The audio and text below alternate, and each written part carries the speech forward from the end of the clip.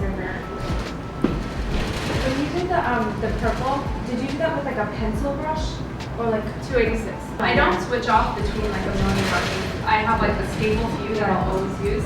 The reason why I have a lot is because we don't have time to like clean every single brush at the time. So 286 works very, very well with. And that's the Laura Mercier. No, the MAC. Laura Mercier was the first brush that I used. And that one right now was the 286. This one is 266 by MAC. I'm going to go ahead and apply it on the second one. And remember, we're not trying to match the eye together. I'm just trying to do each eye for itself. Drag it along the tape.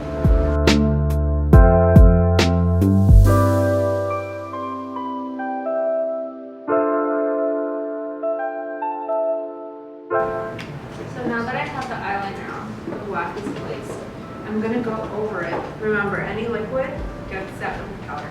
I'm going to grab another brush, a single brush. Okay, so I'm going to pick up the black from the Kat Von D Metamorphosis of a Butterfly. If you guys don't have the palette, I'm a very big fan of it. It's brand new. They have it at Sephora. It's very, very pigmented. Like if you need to place the shadow anywhere, it works very well. I love her shadows. She has like two versions of it. One's like the purple one. It's really cute. And then this is the red one. And then she has like really cool packaging too. It's really cool. I'm a very big fan of her shadows. So I'm going to place it on the angle brush, and what I am going to do is I'm just going to place it directly over the liner.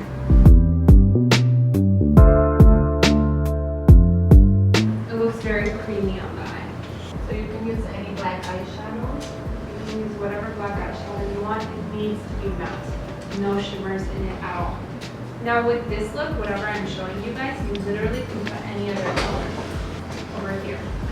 A lot of people prefer this because it just looks like you're wearing eyeshadow. What this look does, what we're doing is contouring the eye completely to making it believe, like the observer believe it's tilted. And you can apply even black eyeshadow in here or glitter or purple or whatever color you want. This look is just about adjusting and changing and transforming somebody's face. Over the top line of the black, I want to make it brown.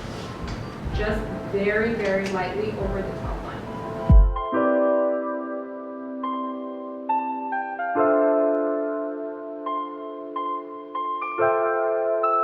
More concentrated to the outer, to where everything, remember, it's gonna end diagonal to the eye.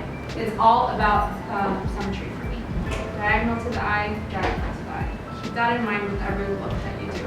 If it's symmetrical, it comes out looking really perfect. Very, very thin. The reason why I'm doing this, it looks like when you remove the tape, a harsh line, and then it gradually goes in with colors. I love the way you do that eyeliner. It looks amazing. I know. Amazing. Now we're going to peel off the tape. Obviously don't rip it off your face or whoever you're doing their makeup.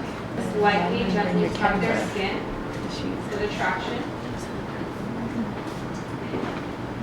Do you guys see how that looks like? This is like 20% of her eye. It kind of looks like it tilted her eye. So I'm going to remove this side tape now.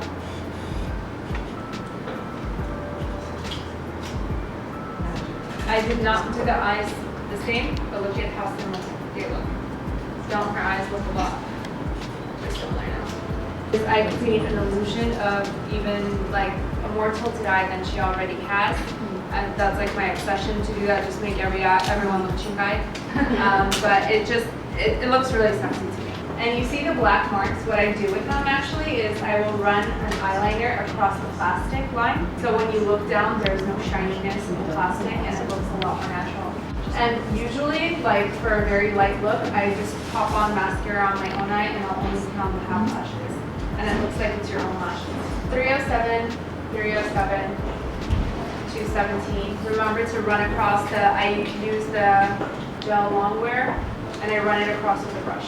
I'm going to go back into the gel really fast.